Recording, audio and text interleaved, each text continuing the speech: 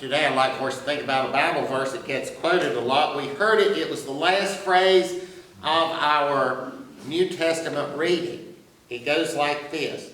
And we know that all things work together for good to those who love God, to those who are called according to His purpose. I want to repeat that. And we know that all things work together for good to those who love God, to those who are called according to His purpose. Now, what does that mean? Let's look at it in another Bible version. We'll look at it, the one I read was from the New King James. Now let's look at it from the New Revised Standard. It says this, we know that all things work together for good for those who love God, who are called according to His purpose. That's basically the same thing that was in the New King James. But if you have a New Revised Standard version, you'll notice that right after that verse, there's a little footnote. And when you go down to the bottom of the page, it says this. Others read, God makes all things work together for good. Or, in all things, God works for good. Now, when you stop and think about that, those two are very different. Does God make all things work together for good? Or does God try to work for good in all things? You see, those are two very different things. And so the New Revised Standard is letting us know there's a disagreement about exactly how this verse should be translated. So they offer the alternative.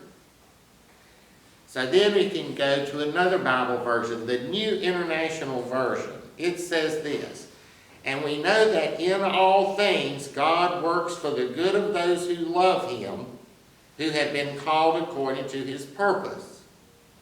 Now that's almost exactly the same as one of the footnoted ones from the New Revised Standard, but the New International Version also puts a footnote at that verse, and it says this, or, all things work together for good to those who love God, or, in all things God works together with those who love Him to bring about what is good.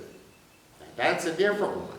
God works together with those who love Him to bring about what is good. So now we've got several different alternatives. So let's go to one of the more modern translations, the Living Bible. That one used to be popular back in the 70s. It says this, and we know that all that happens to us is working for our good if we love God and are fitting into His plan. And that's somewhat different than the other ones we looked at. It says that everything that happens works for our good if we love God and fit into His plans. And when I read that, I thought, I don't know what it means to fit into God's plan, you know. So then I turned to another one, the Message. And this is what a lot of people, I went to a funeral recently, and the preacher read the scripture from the Message. And frankly, it was all I could do to keep from going up to him and saying something to him after the thing because it was just awful. But the Message version said this, we can be so sure that every detail in our lives of love for God is worked into something good. We can be so sure that every detail in our lives of love for God is worked into something good. I found that one, that our lives of love for God, I thought that was a little on the edge there. But you got to remember that the Living Bible and the Message and things like that are not really Bible translations. They are someone telling you what they believe it means. So they're not really attempting to translate it. So what does this verse mean? We've had all these different opinions about what it means. We've got 7 or 8 of them. But we've really seen just 2, really. One of them says that everything will work together for our good if we love God. The other says that in everything God works for good for those who love Him. And those are very different, you see. The first one, the one that says that everything will work together for good to those who love God, implies that God has a grand plan that He's working out. And although we may not be able to see it, everything's going to work out according to that plan, and eventually we'll see how it all worked out for good. The other one, the one that says that in everything that happens, God is working for good, does not necessarily imply that God has a plan. It does not necessarily imply that everything that happens is a part of God's plan, but it implies that no matter what happens, or even in spite of what happens, God will still be able to work good. So there's a difference between those two. Which is it? Is it that everything that happens is part of God's plan and we'll finally see how God knew best? Or is it that everything that happens is not necessarily God's plan, but even in spite of the bad things, God will still be able to work good? Now, we've talked about this issue in here before several years ago. We talked about the slogan, God is in control, and that's something you hear often. It conveys that idea that everything that happens is part of God's plan. God has a grand plan that's playing out, and he sits up in heaven and he manipulates every little detail of everything that happens. Nothing happens that's not a part of God's plan. Sometimes God makes bad things happen, but they're part of his plan, and he knows what he's doing, and that's why they happen. But when we look closer at the God is in control idea, we saw it's hard to recognize, it's hard to reconcile things like that with reality. It's hard to recognize that God is in control thing when you think of children being brutally murdered.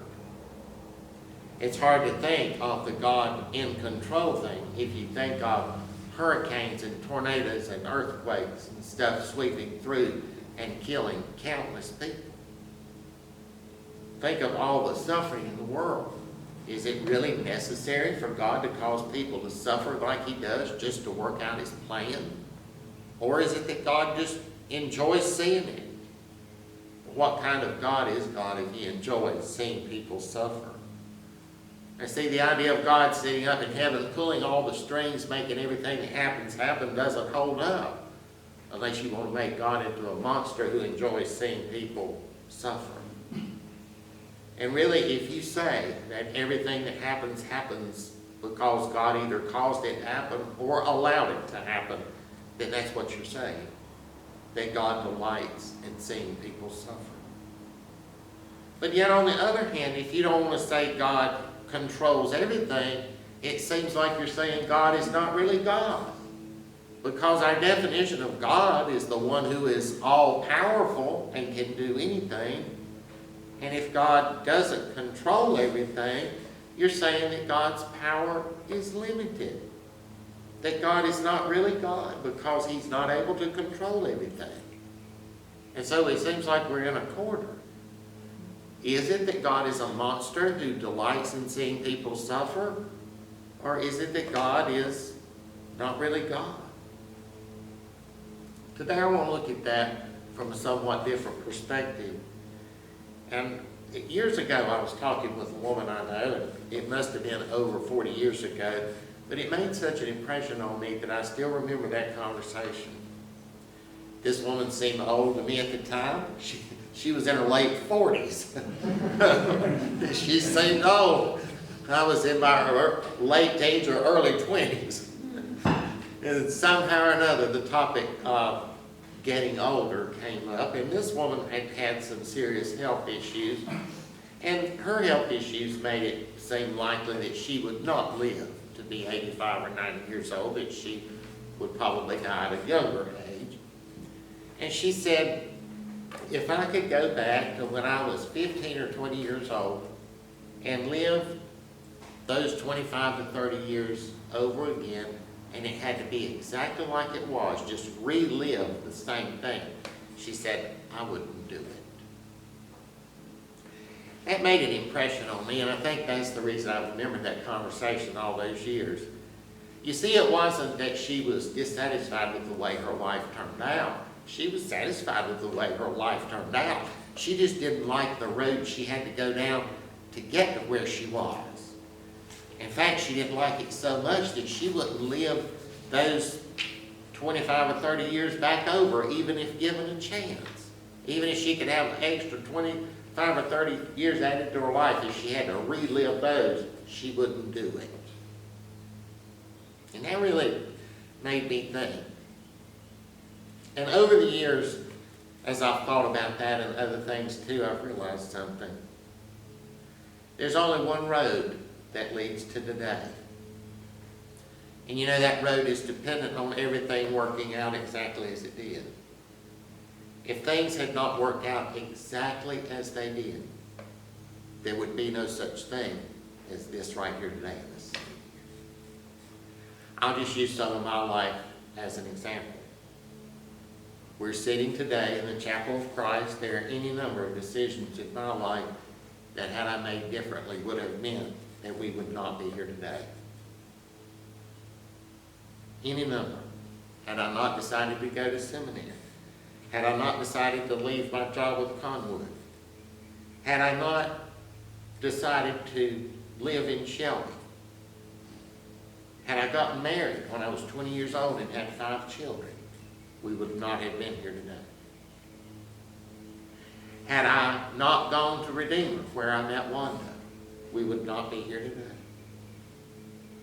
Had I gone to Redeemer but not been open to talking to Wanda, we would not be here today. Had Wanda and I gone to a church at a different town when I graduated from seminary, we would not be here today.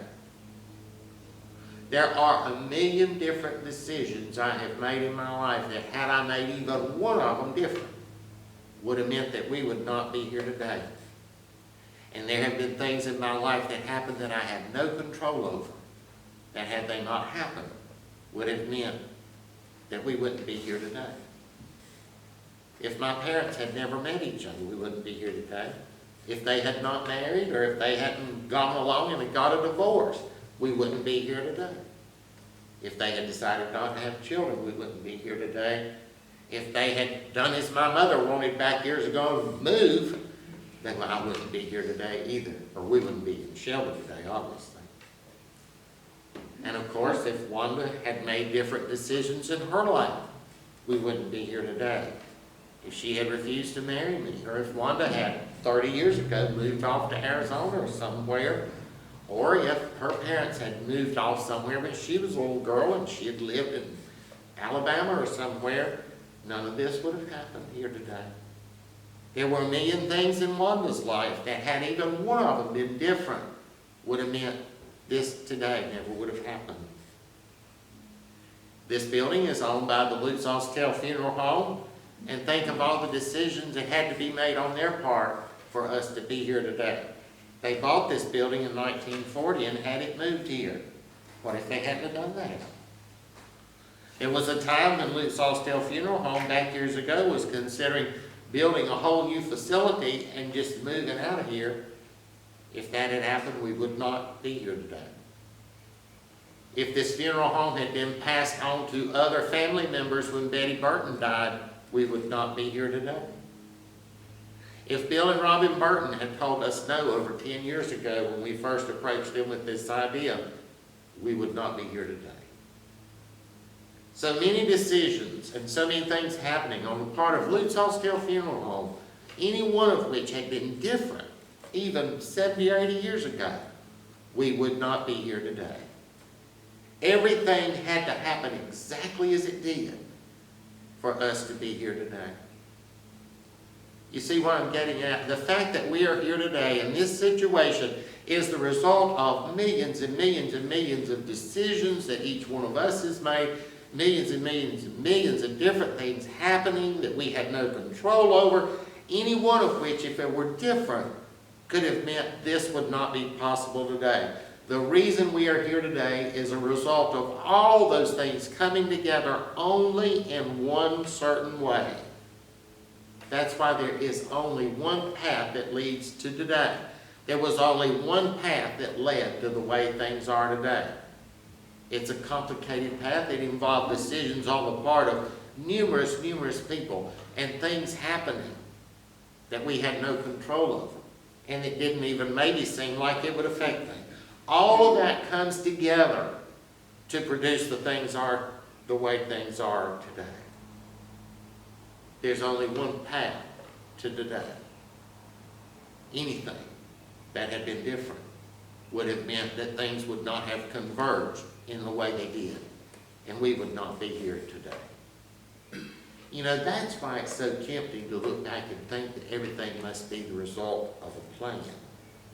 Because so many things, in order for us to be here today, like this, so many things in all of our life, and even in people's lives that we do not know, had to work out exactly as they did, or else this wouldn't be happening. That's why it's so tempting to see it as a plan.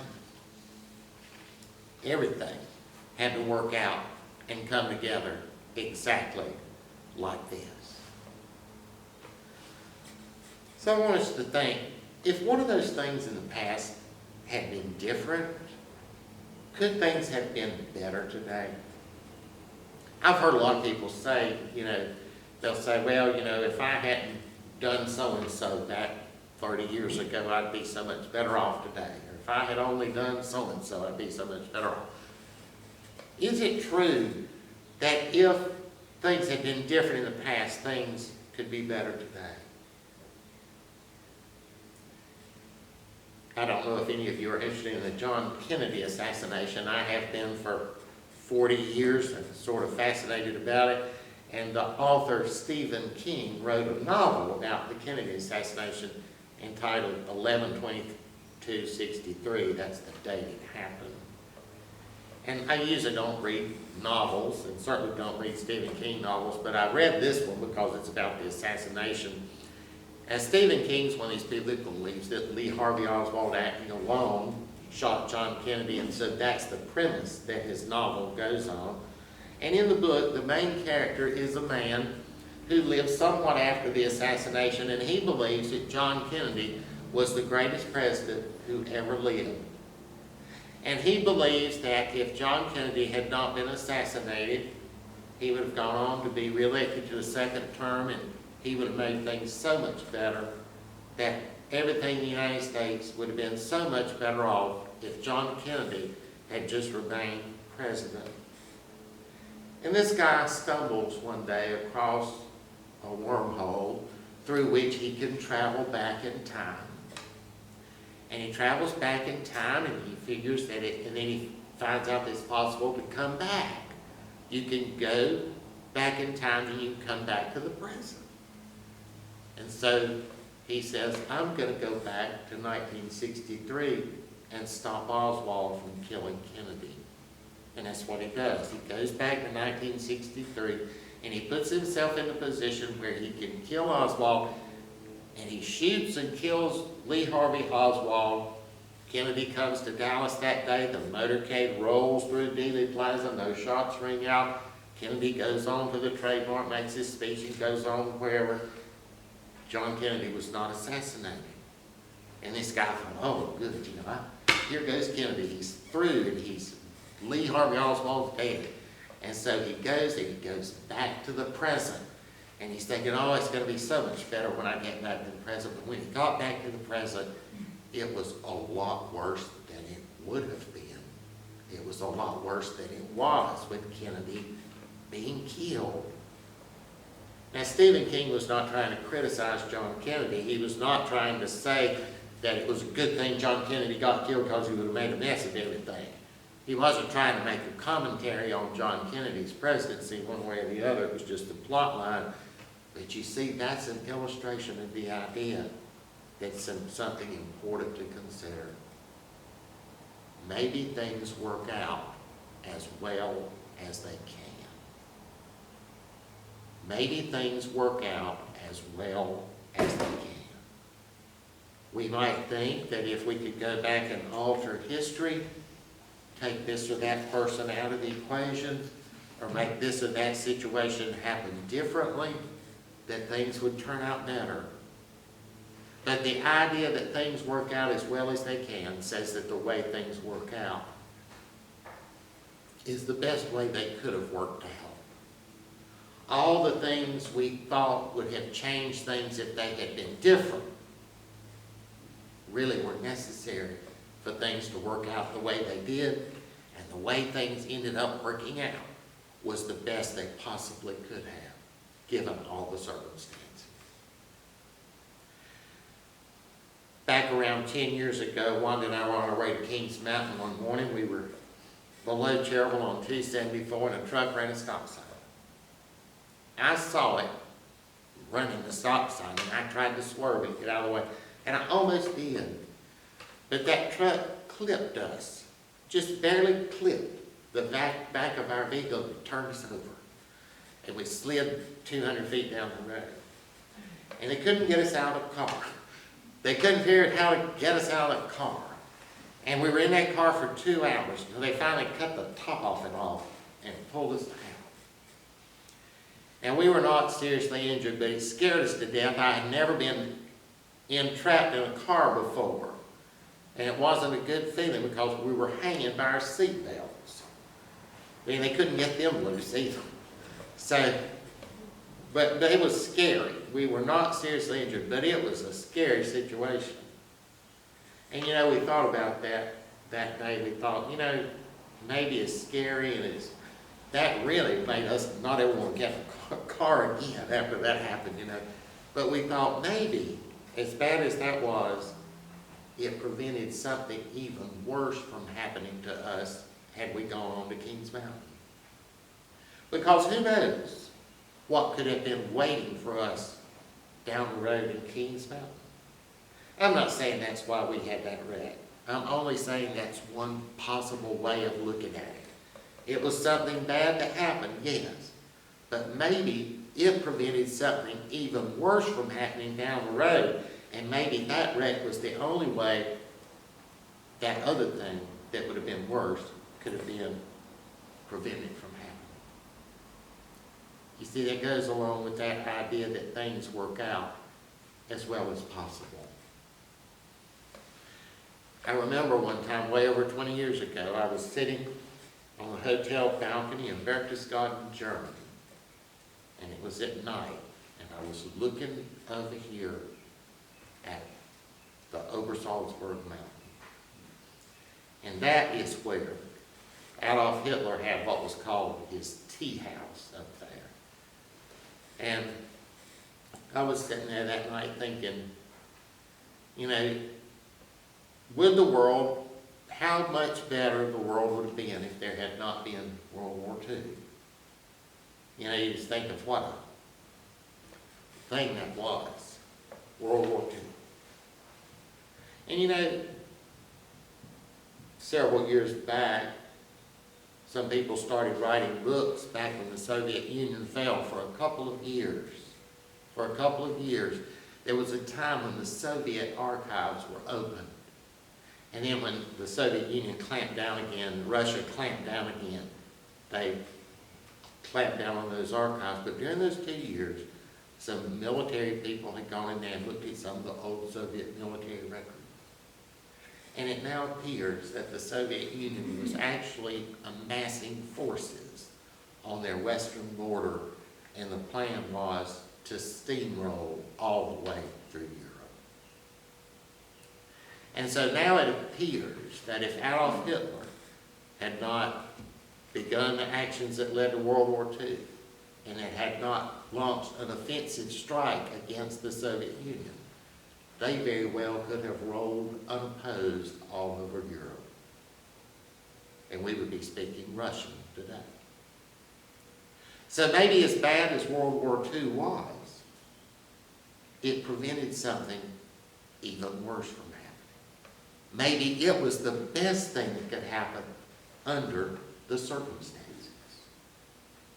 I think that's what this verse we looked at from Romans chapter 8 is trying to tell us. God's power is active in the world. No denying that. But there are also other powers active in the world. And they are operating against God. They are powers that at this time God has not yet completely subdued. These powers are working for bad, and there is no doubt they are formidable and able to cause bad things. We know that God will one day defeat those bad powers, but that day has not yet come. We know from the book of Revelation that it will come, but has not yet come. In the meantime, what God does is work in a million, trillion different ways in all different situations to lead things to the best possible outcome, given all the circumstances. Things will never work out completely good until the evil powers opposed to God are completely defeated. But what God can do now, and what God does do now, is to work in opposition to make things come out as well as he can under the circumstances. And you see, God is powerful enough in all things that he is always able to be in every situation working for good. God is powerful enough, you see, so that the light always shines in the darkness, and the darkness never 100% snuffs out the light. No matter how bad it gets, no matter how strong evil gets, there is still that light shining in the darkness. And God is still able to work good in spite of it all.